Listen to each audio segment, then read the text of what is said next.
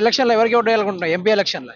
MP ఎలక్షన్‌లా అంటే ఇప్పుడు మాకు ఈ ఉచిత బస్సు చేయబట్టి ఆటోలు గిరాకీ లేకుండా అయినాయి. వాళ్ళు రాజకీయం కొరకు వాళ్ళు గద్దెక్కడం కొరకు ఎన్నో ఆఫర్లు పెట్టి జనాన్ని ఆగం చేస్తాండ్లు. ఇప్పుడు మాకు ఉచిత బస్సు చేయబట్టి ఇప్పుడు మొత్తం బిల్కులు లేవు. ఇట్లా పట్టుకొని ఉండైతుంది. కనీసం అంతకుముందు ఒక 800, 1000 రూపాయలు చేసేటోళ్ళం. ఒక 200, 300 చూస్తే పట్టుకపోతాం ఇంటికి. ఇబ్బంది అవుతుంది. ఇక మాకు చూస్తే ఇంటికాడ లొల్లిలు అవుతున్నాయి. ఇప్పుడు ఎవరన్నా ఎక్కువ అంటే చూస్తే ఆడోళ్ళతో పాటు మొగలు చూస్తే బస్సు ఎక్కుతాను చూస్తాను కదా. ఫుల్గా అట్లా ఇబ్బంది అవుతుంది. చాలా ఇబ్బంది అవుతుంది.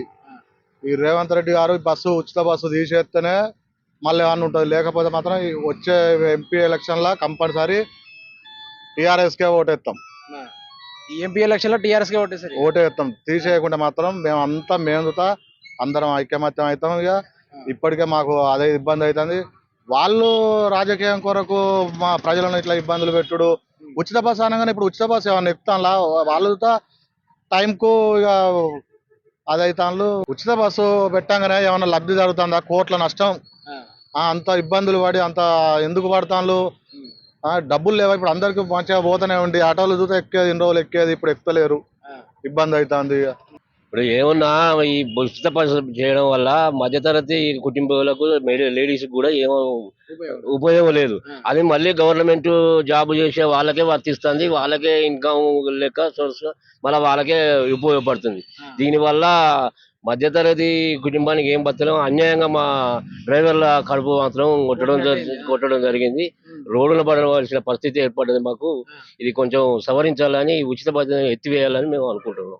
గతంలో ఉన్నప్పుడు బానే ఉండేది. గతంలో ఉన్నప్పుడు ఉచిత బస్సు లేనప్పుడు మేము మంచిగా చేసేది 600, 700, 800 దాకా ఇంటికి పట్టుకొని పోయి పిల్లలతో మంచిగా సుఖంగా బతికేది. ఉచిత బస్సు వల్ల ఇప్పుడు లక్షల జీతాలు తీసుకుంటాను. వాళ్ళే రోజు రన్నింగ్ చేస్తాండే. జాబ్ల కొరకు వాళ్ళే రన్నింగ్ చేస్తాండే. వాళ్ళకే లాభం జరుగుతుంది. కాకుండా దొడ్డు బియ్యం తీసేసి సన్న బియ్యం పెట్టు అందరం మొత్తం. దొడ్డు బియ్యం ఏమున్నది మళ్ళీ ఇటు ఇస్తూనే ఉండే. కేసీఆర్ ఉన్నప్పుడు సన్న బియ్యం రాలే. కేసీఆర్ ఉన్నప్పుడు అప్పుడు సన్న బియ్యం వచ్చినాయి. అప్పుడప్పుడు మధ్యలో సన్న బియ్యం వచ్చేది.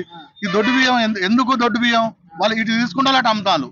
ఇప్పుడు అంతకుముందు 10 రూపాయలు కదా 15 రూపాయల కిలో అమ్ముతూనే ఉండే. ఆ సన్న బియ్యం అనిస్తే మేము అందరం మొత్తం పేదోళ్ళు అందరం మొత్తం టోటల్ గా.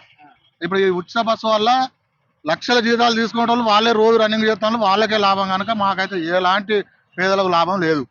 పేదలకు లాభం అంటే ఇప్పుడు బస్సు కొరకు చూద్దామంటే అట్లా ఫుల్ ఉండే వాళ్ళకే జరుగుతుంది. మాకు కాకపోతే ప్లేస్ లేకున్నా కూడా ఎక్కిపోతున్నారు. ప్లేస్ లేకుండా ఎక్కిపోతాను. ఉచిత బస్సు బదులు ఆటోలోకి ఏమైనా చేయండి.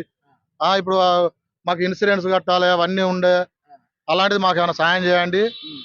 మాకు ఉచిత బస్సు తీసేస్తే కంపల్సరీ మళ్ళీ వచ్చే ఎన్నికలలో మీరే గెలుస్తారు. తప్పకుండా రేవంత్ రెడ్డి గారే మళ్ళీ తప్పకుండా గెలుస్తారు.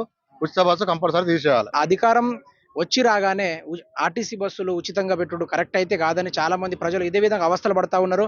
మెయిన్గా ఆటో డ్రైవర్లకు అయితే జీవనోపాధి గడవడానికి అయితే చాలా ఇబ్బంది పరంగా ఉంది. కాబట్టి రేవంత్ రెడ్డి గారిని ఈ సభాముఖంగా కోరేది ఏంటిదంటే ఉచిత బస్సులు తీసేసి వాళ్ళకి ఏదైనా ఆటోల పరంగా ఏదైనా హామీలో లేకుంటే వారికి ఏదైనా ఉచిత పథకాలు అందులో ఒకటి యాడ్ చేసి ఉంటే బాగుండేదని వారి యొక్క ఆవేదన.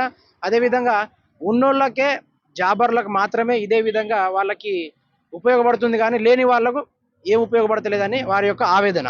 దీన్ని కొంచెం దృష్టి సారించి ఉచిత బస్సు స్కీమ్ పథకాలు తీసేసి వారికి పూర్తి స్థాయిలో యథార్థంగా ఏ విధంగా గతంలో నడిచిందో ఆ విధంగా నడిచేలా చేయాలని మనవి.